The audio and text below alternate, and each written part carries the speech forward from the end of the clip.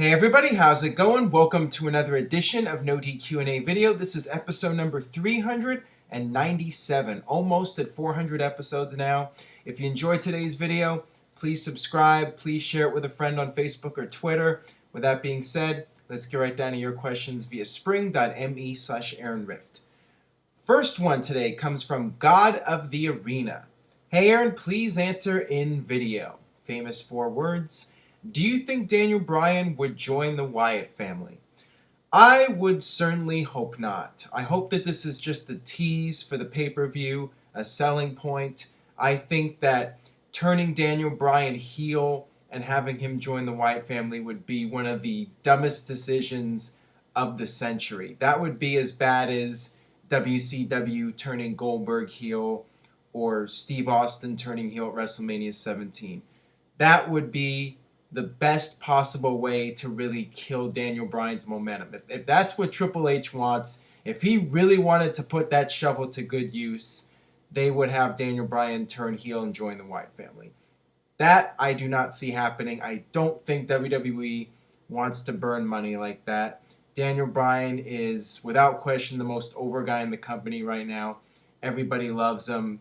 I think it's just a way to get people interested in the match at the pay-per-view and get that idea out there that maybe the Wyatt family can convince Daniel Bryan to join them. But I don't see it happening. Don't think WWE will do it, hopefully. All right, this one comes from It's Adam Crompton.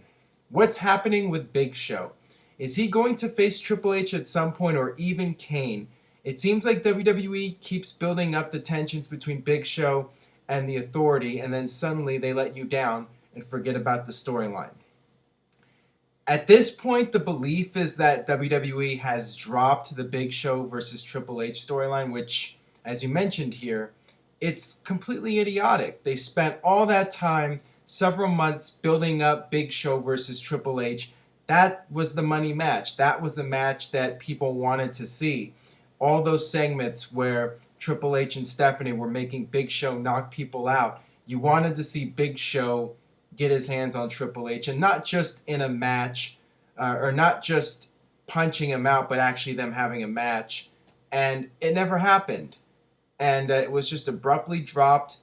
Big Show had the match with Orton, and Triple H screwed him by coming out and just standing there, and that was the end of it. So, yeah, that was a huge letdown, and it appears that they're going in a different direction now. So, very unfortunate, and it just seems like a waste of time. All that build up for nothing. So, yeah, I don't know what else to say about it. Maybe they'll go back to that match. Maybe we will get it at the Royal Rumble. Time will tell, but at this point, doesn't look like it's going to happen. All right, this one comes from Amy Likes Candy 94. Do you think WWE will bring the Money in the Bank match back to WrestleMania after they eventually unify the belts? In my opinion, they should if there's only going to be one Money in the Bank match after that. I actually like the Money in the Bank pay-per-view. Every year that they've done it, it's been a better than average pay-per-view from WWE. I do think it hurt WrestleMania a little bit because Money in the Bank is almost always guaranteed to be a great match, and it was something to look forward to at WrestleMania. And its absence has definitely been felt at WrestleMania. So on one hand, I would like to see Money in the Bank back at WrestleMania, but on the other hand, of all the themed pay-per-views, I think Money in the Bank has been the most successful and consistently been the best, one of the best pay-per-views from WWE of the year. All right, this one comes from Demented JRMY. Hey Aaron, if you could design WWE's pay-per-view schedule any way you want, how would you design it? You can add or get rid of any pay-per-view you want. Well, I think I would keep the 12 pay-per-views a year, no less, no more. I think that that's a good formula. They've been doing it for well over a decade, and I don't see the need to change that. But I would not do any more than 12 pay-per-views. So no 13 pay-per-views, one pay-per-view a month. That is perfect to me. I would bring back King of the Ring. I've talked about this several times. Of all the pay-per-views that WWE has dropped, that was the one that I never really understood why they got rid of that pay-per-view. I think it had one disappointing buy rate, and then they dropped it. And I always enjoyed King of the Ring. I thought it was unique, and it was a good way to have a new star built up, and then you could have that guy challenge the champion at SummerSlam. So I would bring back King of the Ring. I would get rid of most of the themed pay-per-views. Going back to the previous question, I would keep Money in the Bank, but I would get rid of Hell in the Cell. I would get rid of all the random pay-per-views like Battleground and Over the Limit or whatever similar pay-per-views like that have nothing behind it and no purpose. And maybe add another pay-per-view like do a War Games themed pay-per-view, something like that. I'd keep Elimination Chamber. There's a few good themed pay-per-views, but the ones that have been bombing year in and year out, like Hell in the Cell, I would get rid of those for sure. All right, this one comes from Jada Dubio. Hey Aaron, in your opinion, who is the greatest Royal Rumble winner?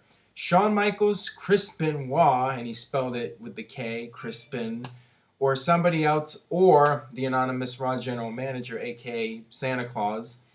Please answer in video. I'm a great fan of the show. Keep it up. Well, I think no question I would have to go with Ric Flair. I mean, Ric Flair's win in '92, that was something that was ahead of its time. Ric Flair going out there and being the marathon man, and he was the first to do that. And then you had several guys follow suit, like Shawn Michaels and Chris Benoit. Ric Flair was the first guy to do that, and in my opinion, to this day, that's still my all-time favorite Royal Rumble match in WWE history. And the whole post-match celebration in the locker room with Heenan and Mr. Perfect and Okerlund telling him to put that cigarette out. I mean, that was everything about that Rumble. Bobby Heenan's commentary with Gorilla. Nothing tops that for me. But second place would have to be Shawn Michaels in '95 when he pulled off the big win with the 1 foot touching the ground and getting back in the ring and winning the whole thing. So, Flair first place, Shawn Michaels second, and then maybe Chris Benoit. All right, this one comes from Gordy92893. Hey Aaron, first time asking a question. Would you rather see Rock versus Brock and CM Punk versus Austin for WrestleMania 30 or Rock versus Austin 4? For me personally, I would see Rock versus Austin because I feel it would draw bigger and it fits better for WrestleMania 30. I would not want to see that match for a fourth time. I don't think it's necessary. The only value it would have would be for nostalgic purposes, but if you're going to bring back Steve Austin for one more match, you should bring him back in a match he's never done before. You should really get the most value out of bringing Austin back and doing something different. People would want to see Steve Austin in there with somebody like CM Punk or John Cena. That is the best way to go. Austin against a current guy, not somebody he already faced a million times in the past. So no, I would not want to see Rock versus Austin. I would definitely go with Punk versus Austin, or if you're talking about a big draw, Austin versus Cena would be your best option, no question. All right, this one comes from Jabronis R Us. Hey Aaron, long-time viewer, first-time asker. With the Shield breakup more apparent each week, what possible scenario do you see happening? Dean Ambrose getting kicked out of the Shield, Roman Reigns leaving the Shield, or fully disbanding? Please answer in video if possible.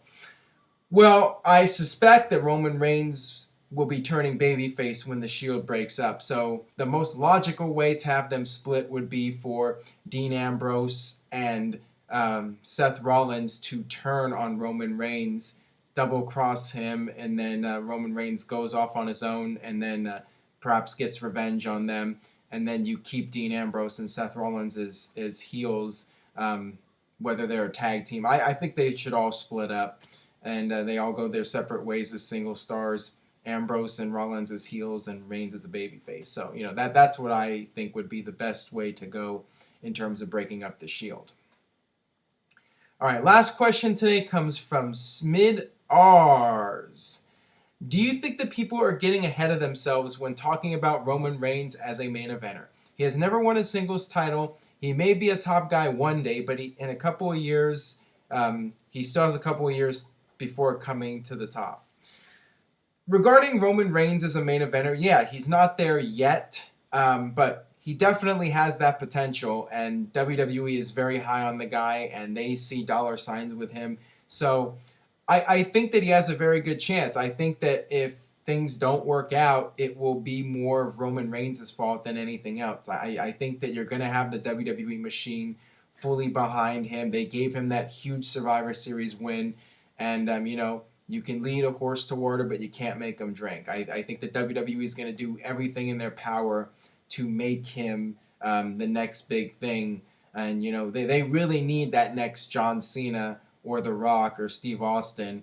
Will Roman Reigns be that guy? I mean, at this moment, I don't see him going that far, but, time will tell. If he gets more momentum and he continues to make a name for himself and things really take off for him as a single star, I mean, anything's possible. And he's certainly got the potential. And, Steve Austin, people didn't know how big of a star he was going to be, but there were certainly signs that he was going to be a major star way back when he was doing the Hollywood Blondes with Brian Pillman. I mean, there was definitely a lot of potential there with Steve Austin. And as a fan at the time, you knew it was only a matter of time before he would be something special. You just didn't know how big.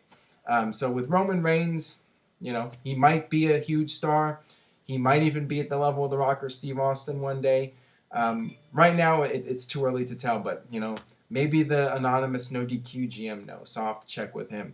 And on that note, I'm going to wrap this up, and I better go turn off the phone right now because it's just going to keep going off. Thank you for checking out the video today. Like I said, subscribe. Please share this video on Facebook and Twitter. Keep voting in the 2013 NoDQ.com year-end awards.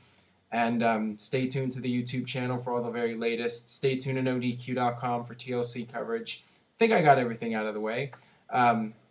So with that being said, I'll see you guys next time for more NoDQ&A video.